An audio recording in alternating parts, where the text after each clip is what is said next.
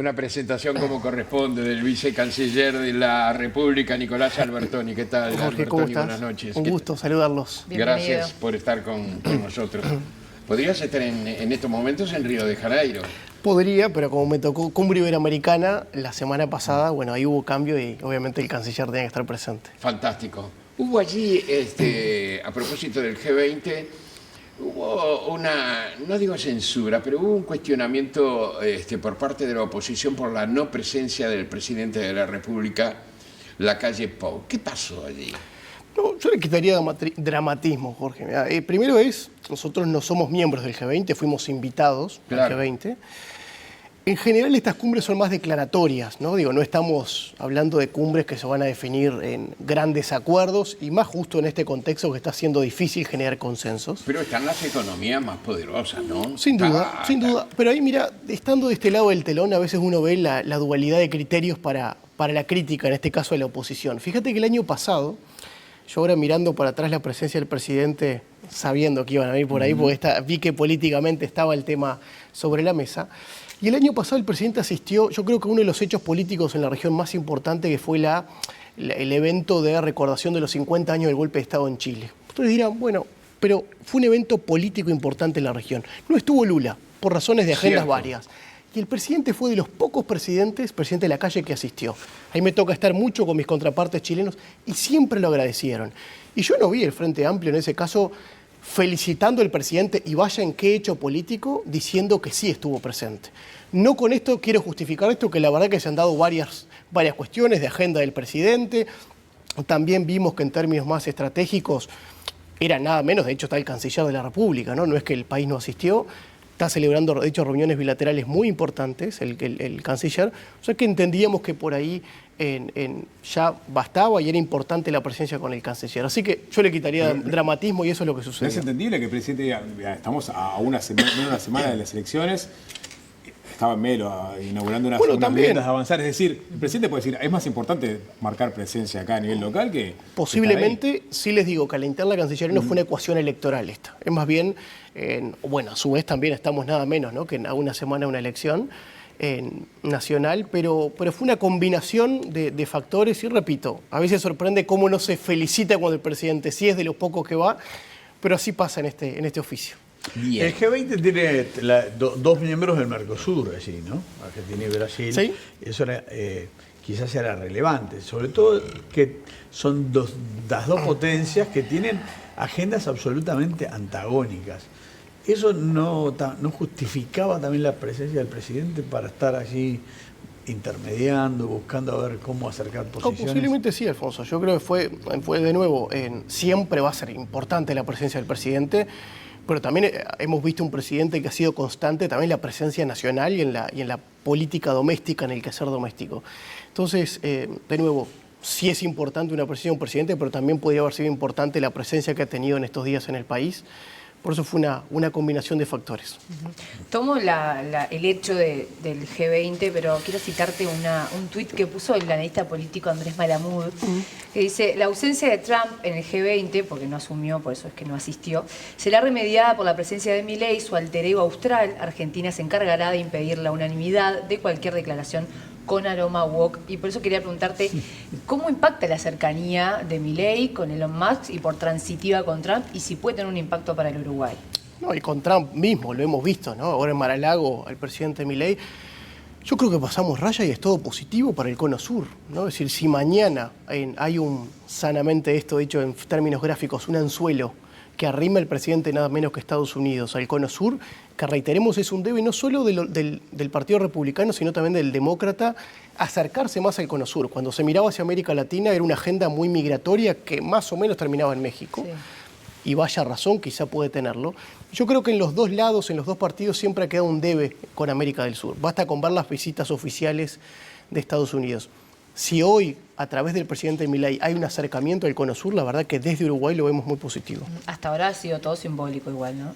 Sí, pero digo, nadie duda que después de esa cercanía, un presidente, de hecho con el presidente Milei, yendo ya y encontrándose presencialmente, puede verse con buena expectativa futura. Entonces, para el Cono Sur, se quiere más ampliamente para el Mercosur, yo creo que es un escenario positivo. En un ratito volvemos a Estados Unidos y a esta nueva realidad con Trump asumiendo, pero vamos de la región más cercana, después nos vamos a Estados Unidos.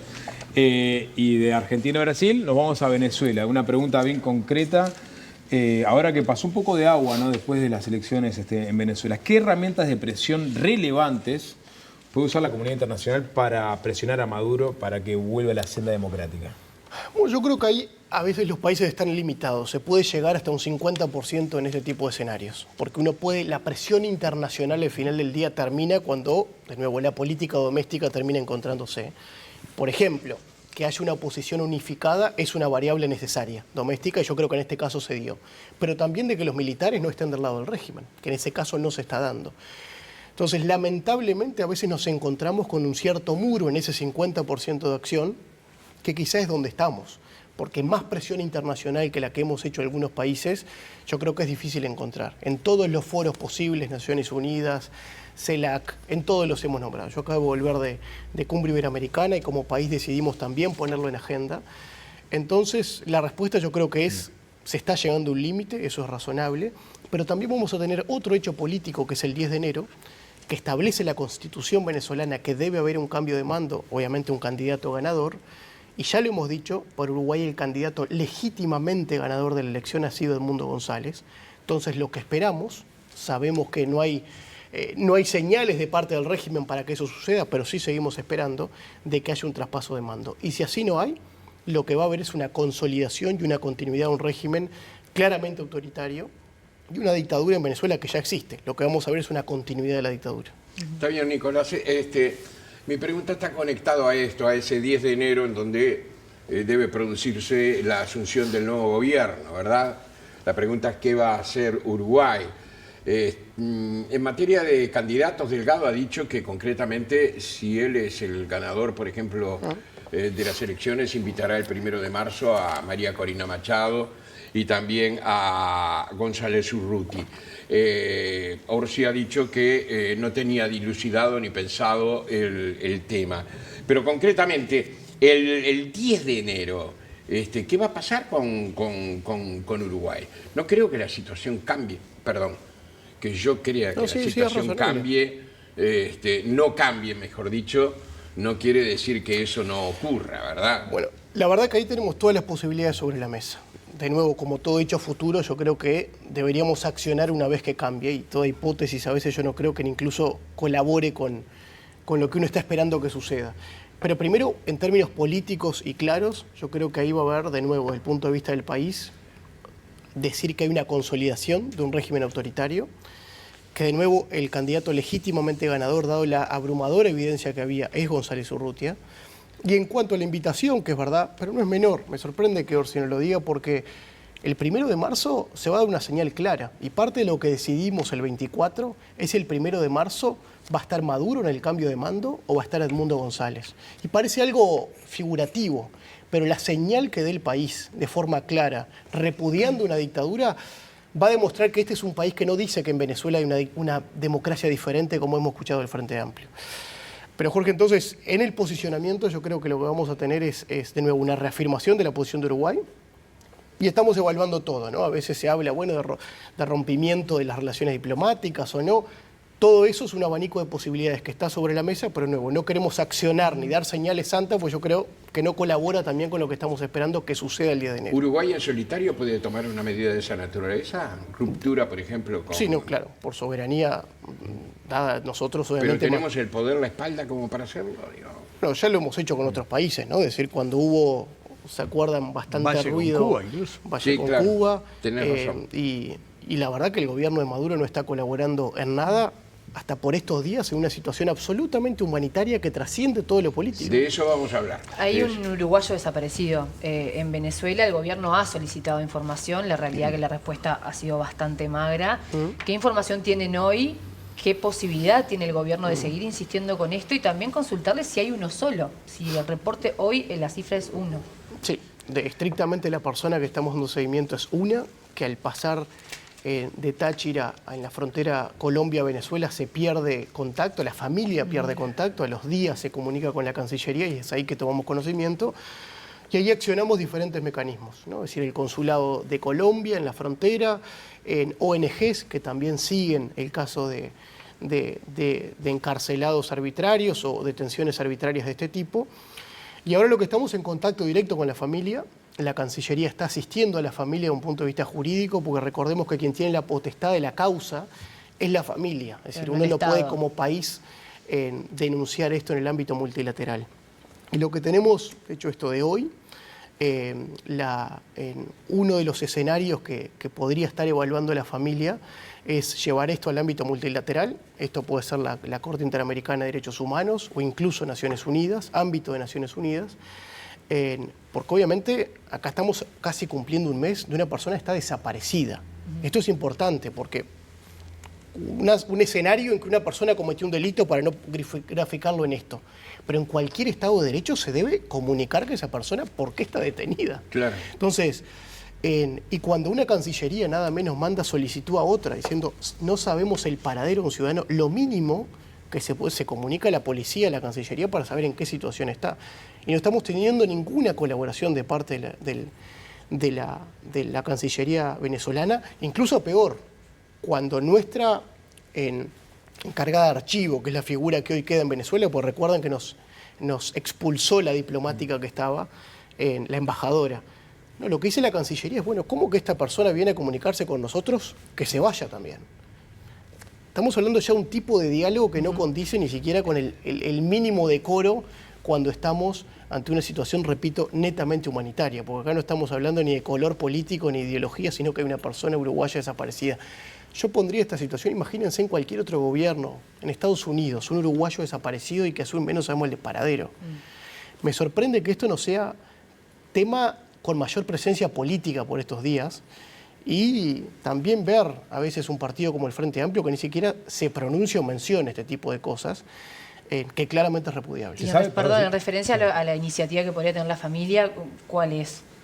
Bueno, en estos casos, cuando se lleva y se eleva al CIDH o a Naciones Unidas, debe ser de nuevo la familia de forma individual en hacerlo, o ONGs también vinculadas a detenciones arbitrarias, etc. Entonces es eso, llevarlo, el caso de una desaparición, de una detención arbitraria, llevarlo al ámbito regional o multilateral, repito, Corte Interamericana, que hay casos ¿no? de cuando hay desaparecidos o demás, de hecho casos uruguayos. Y la familia tendría la intencionalidad.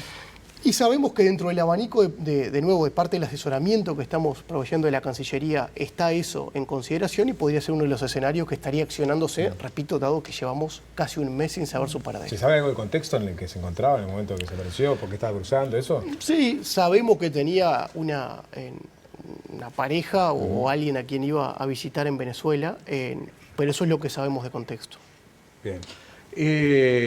Una pequeña aclaración. Creo, si no entendí mal, que en el programa, en la entrevista que le hizo Pettinati, el candidato del Frente dijo que no iba a invitar a Maduro.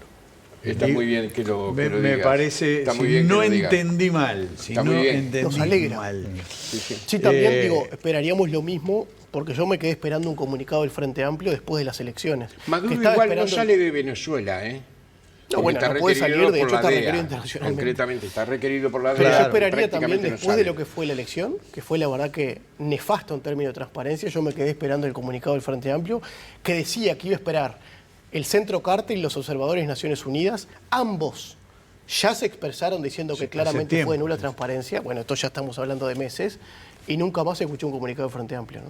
Sí. Bueno, caso muy distinto, pero un caso de detención ilegal y desaparición. Detención en un terreno justo de una embajada. Desaparición provocó la ruptura de relaciones entre Uruguay y Venezuela en la dictadura, ¿no? El caso fue distinto, pero por el estilo. Mirando la región, cambio en Estados Unidos, Trump, presidente, ha designado o va a designar nada más ni menos que a Marco Rubio como secretario de Estado. Un hombre muy a la derecha, muy a la derecha, muy duro. ¿Qué se puede esperar para Uruguay y para la región? Capaz que no puede hablar mucho. No, yo creo que la primera observación es que es muy conocedor de la región. Lo hemos visto en en menciones en el Parlamento. Anti-inmigrante, ¿eh? Sí, bueno, yo creo que en la política doméstica y el impacto que puede tener el Departamento de Estado en la política doméstica, ahí sí, no pondría foco porque no es parte de lo que sí debería decir, y de nuevo, y es todo a futuro lo que pueda suceder en Estados Unidos. Sí decimos en términos de la influencia en América Latina. Es una persona que conoce la región. Yo creo que tiene una visión, de hecho, hacia Uruguay muy positiva. Hemos visto menciones hacia Uruguay muy positivas en el Parlamento. De hecho, el American Act, que es una de las cosas que estamos esperando con buena expectativa, porque entre otras cosas podría tener el impacto en las visas, ¿no?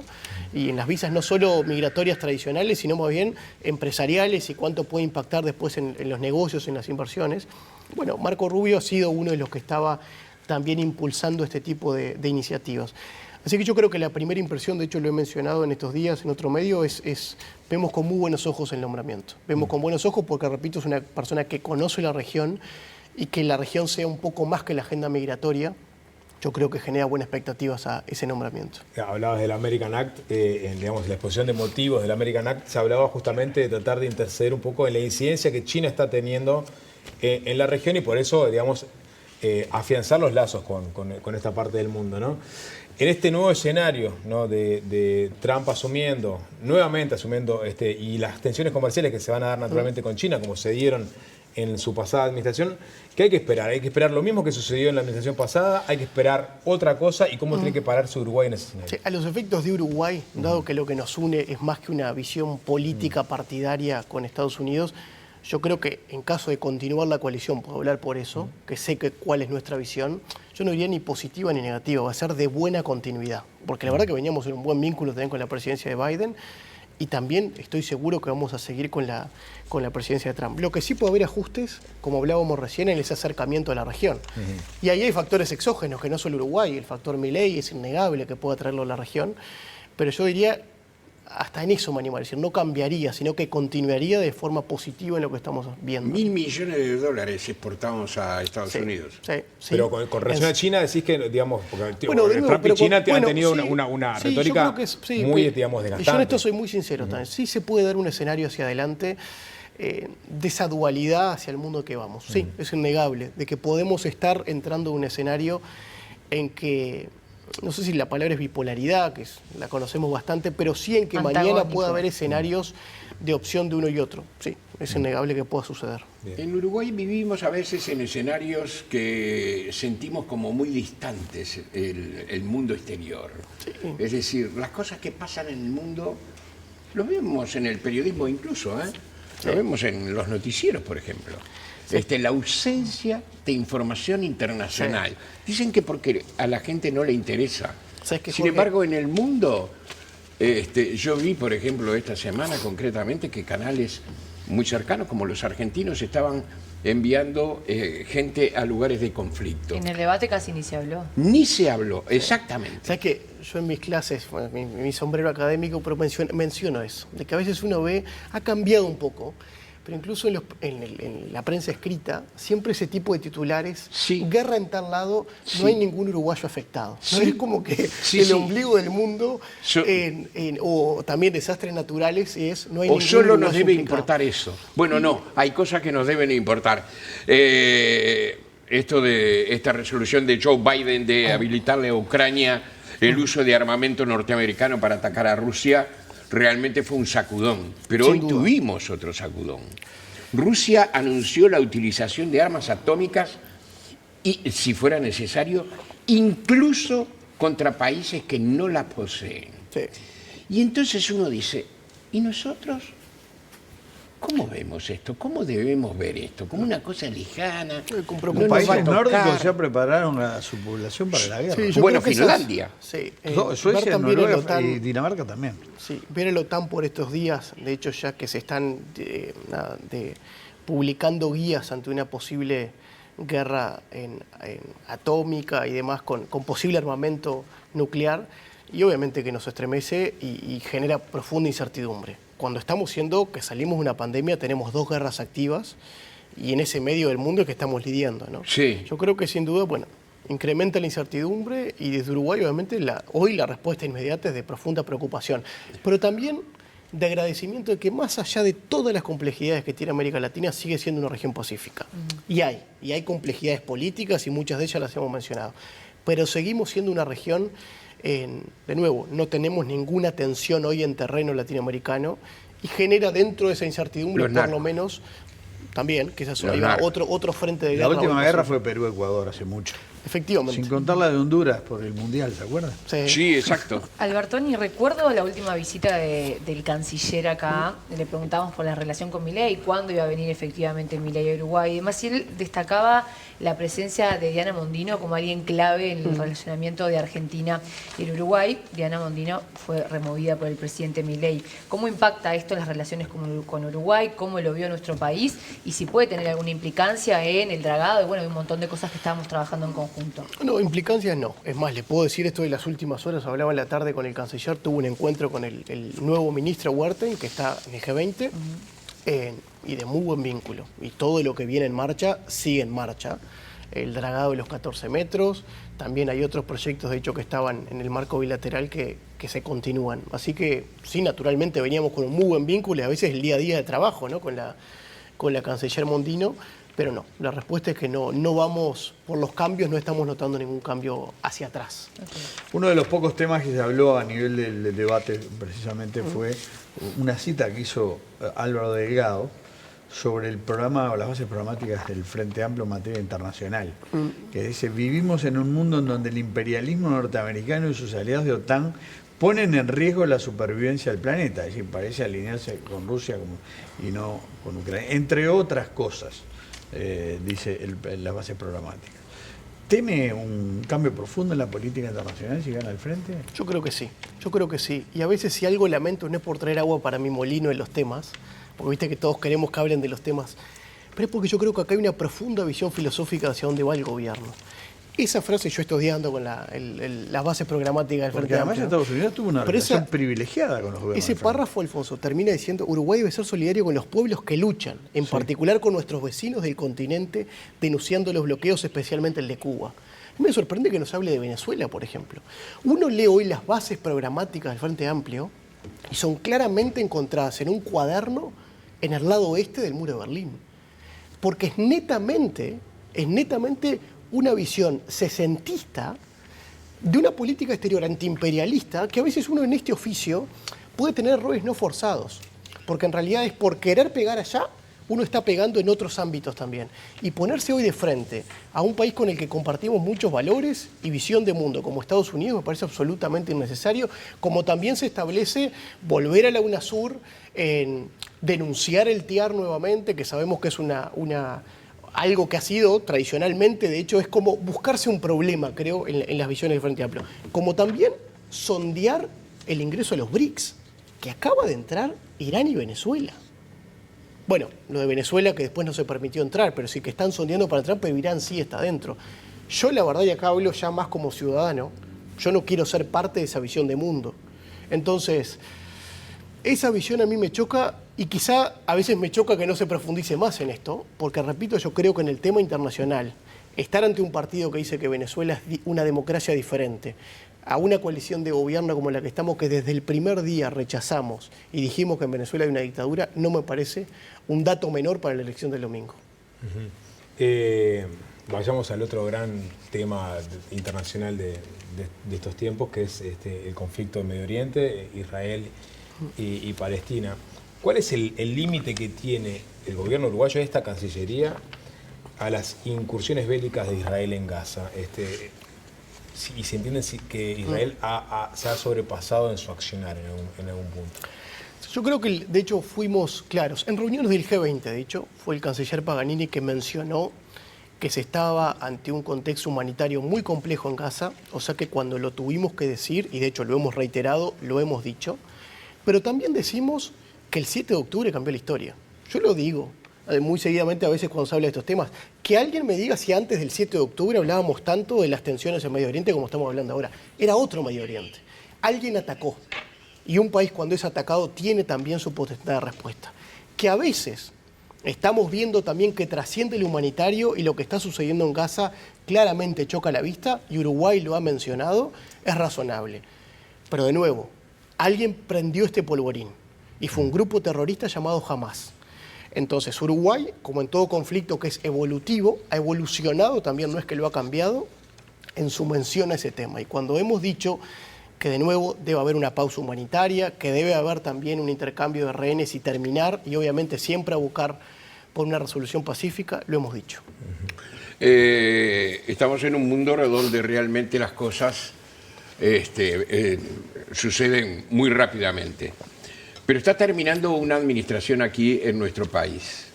Los otros días escuchaba a quien sería el ministro de Economía del Frente Amplio, en caso de ganar concretamente el próximo domingo Orsi, decir que el Tratado de Libre Comercio con China se supo siempre que no se iba a saldar, que no iba concretamente a realizarse, pero que era muy importante para Uruguay realizar acuerdos internacionales. ¿Cuál sería, digamos, el saldo si pasáramos raya concretamente de acuerdos internacionales o acuerdos importantes que ha logrado esta administración a lo largo de estos años? Sí, y un poco más, dijo Gabriel, que a mí me sorprendió. Algo así como que ya habían perdido sentido los TLC, lo cual me sorprende que a su vez estén reclamando que cerremos TLC, ¿no? Es decir, sí. Yo creo que se ha logrado mucho. Y vayamos al ejemplo de China. Con ese horizonte de querer lograr un TLC, en el camino, el presidente cuando fue, cerró 20 acuerdos. 20 acuerdos que algunos dirán son chicos, muchos. Uno de ellos fue el ingreso el ingreso sanitario, porque no, uno le pueden bajar los aranceles, pero si no lo dejan entrar sanitariamente no entra. Ingreso sanitario del viejo y querido mondongo, ¿no? El estómago bovino. Eso equivale a 40 millones de dólares. Japón, ingreso de la lengua, 20 millones de dólares. Carne sin hueso Israel, 5 millones de dólares. Eso, en conjunto, que estamos en 65 millones de dólares, equivale más o menos en términos aproximados al beneficio que tendría la carne de cerrar el acuerdo Mercosur-Unión Europea, la carne uruguaya. ¿Qué quiere decir esto? Que habiéndonos propuesto esa meta de querer abrir el Uruguay al mundo, en el camino logramos muchas cosas.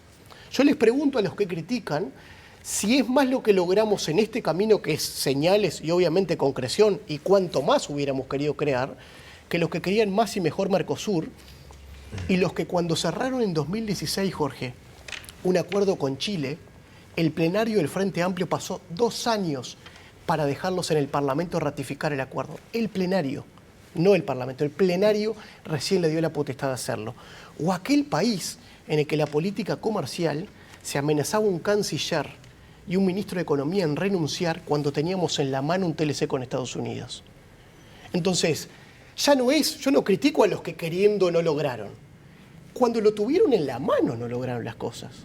Entonces, de nuevo, yo estoy abierto al debate y de hecho lo he buscado de querer debatir sobre estos temas con quien que obviamente quiera debatirlo, pero tenemos que ser también sinceros en la demanda, ¿no? En la demanda del debate. Y la verdad que el Frente Amplio yo creo que está en poca buena posición como para criticar los avances de este gobierno. Perdón que me interrumpa, pero el presidente antes de asumir había dicho que una de las batallas que tenía que dar, que él iba a dar y que este gobierno tenía que dar, era la de bajar los aranceles que pagan nuestras exportaciones. Hablaba de esos 300 millones de dólares que pagan en su momento, que valía más o menos un 4%, ¿no? Esa batalla no se pudo ganar si uno mira las cifras, ¿no? 2020 4,1, 2021 4,3, 2022 4%. No está cerrado todavía la cifra de 2023. ¿No hay un debe ahí? Bueno, pero por eso el Yo tema entiendo lo que decías, pero en esa batalla puntual que queríamos, de bajar... pero sin duda. De hecho, queríamos 10 veces más. Pero nadie duda, y esta es una política pública, que es bueno a veces decirlo, en que no es solo lo que el país quiera. Esto es como el tango, se baila de a dos. Sí, claro. Yo no es subo o bajo un impuesto.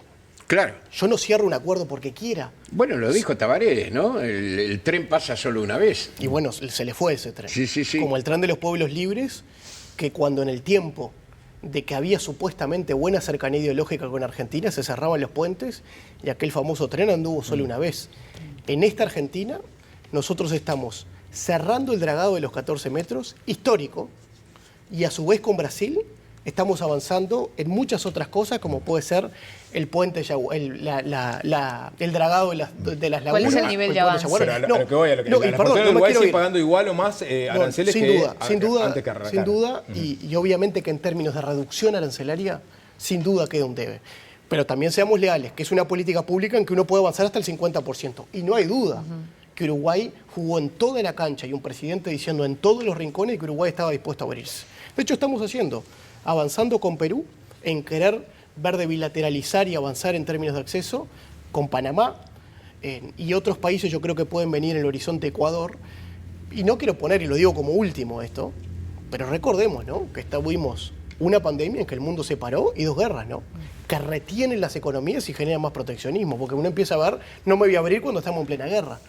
No lo pongo de excusa, pero me parece un elemento contextual. Un país que quiso abrirse no menor de resaltar. El compromiso por el país nombra a Panamá, Perú, México, Ecuador, Costa Rica para acuerdos a corto plazo. ¿Cuáles serían? Y los vamos a hacer. De hecho, Nobleza Obliga, pero es una propuesta del Partido Colorado. Lo hemos trabajado en nuestro plan de gobierno. Ahí tenemos en el horizonte algo bien concreto. La modernización del acuerdo con México, firmado en 2003. Mucho ha pasado de la fecha hasta el presente. Y uno dirán, bueno, ¿y Mercosur? No, Mercosur ahí no tiene nada que ver, pues ya estuvimos habilitados. De hecho, la palabra habilitación no cabería, pues sabemos que estamos habilitados para hacer negociaciones bilaterales, desde un punto de vista técnico, pero hemos concretado ese acuerdo y ahora lo que querríamos es modernizarlo. Panamá sería otro mercado estratégico en que sectorialmente influye mucho, por ejemplo, en sectores como el arroz. Quiere ingresar al Mercosur en Panamá, ¿no? Efectivamente. De hecho, puede ser uno de los hechos de la cumbre de Mercosur, el 6 de diciembre, al que dicho sea de paso, Milei por estas horas ya confirmó que vendrá, presidente Milei, y Panamá como miembro asociado sería el primer paso. ¿Lula viene también? Lula vendría también. Recordemos que va a ser la última cumbre del presidente Lacalle y de este gobierno concretamente, así que va a ser un hito político importante. Y sea quien sea, de hecho, el presidente entrante, obviamente se está, como siempre, evaluando el gesto de transición que hay, de que esté acompañado el presidente por quien sea el presidente entrante. En términos de concreciones, ¿no?, de políticas concretadas en este gobierno, ¿cuál destacaría usted? ¿Políticas en general o de estos temas? No, de la política exterior. Yo creo que un hito histórico fue en el dragado de los 14 metros por su connotación histórica, ¿no?, de que Buenos Aires, el otro gran puerto del Río de la Plata, le esté diciendo al puerto de Montevideo, crezcamos juntos, y el dragado de 14 metros que va a implicar mucho en este sentido. Y otro dato que ahí queda en el aire, ¿no?, el arancel cero con Brasil, que eso sí impactó en arancel, de zonas francas a Brasil. ¿Saben cuánto eran las exportaciones antes de esa política? 45 millones de dólares. Hoy, gracias a esa política, porque hubo una correlación directa, 100 millones de dólares. Entonces, yo ahí lo pondría, Maggie, como otro elemento, ese arancel cero que se logra de zonas francas a Brasil. Y después esa proactividad. Créanme que en esta política hay mucho de señales. Igual pregunté concreción. Y bueno, las dos que dije son concreciones, ¿no? Es decir, concreciones en cero aranceles, eso ya está impactando. Y el dragado, que va a ser parte de un proceso licitatorio y tendrá su tiempo, pero ya es algo confirmado por parte de Argentina. Puede ser fuera un poquito de tema, pero no lo es. No sé si está enterado, pero en las últimas horas la justicia, 3 juezas por unanimidad, decretaron la prisión de Sergio Uribarri, que fue el gobernador de Entre Ríos y uno de los principales promotores del conflicto con Uribarri, con el Uruguay y el cierre de los puentes. Después de tanta agua que corrió, ¿cómo ve? ¿Qué reflexión le merece ese hecho? Que uno de los principales promotores del conflicto vaya preso por varios actos de corrupción. Sí, yo, bueno, sí sabía ese hecho, dar vuelta a la página y de un proceso lamentable de la relación bilateral, ¿no? Que repito, en tiempos en los que se parecía que iba a haber sinergia ideológica, no la hubo. Sí, yo dejaría ahí, es una resolución de la justicia de otro país y dar esa vuelta a la página de nuevo de un antecedente que obviamente no queremos volver ni recordar.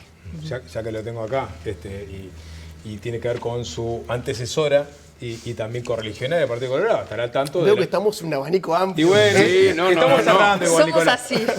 Pero me interesa como Colorado. Carolina H. dijo que no va a votar a Álvaro Delgado por las denuncias que hizo digamos, vinculadas a lo que ocurrió en Torre Ejecutiva con aquel documento famoso. ¿Tiene algún tipo de impacto esto? En el partido y en el partido, primero que nada, y después eventualmente en las elecciones. No, impacto no le veo mayor dimensión que lo que se dice. Cada uno es libre de votar o no votar. Yo particularmente, dado que me lo preguntabas, me parece un error.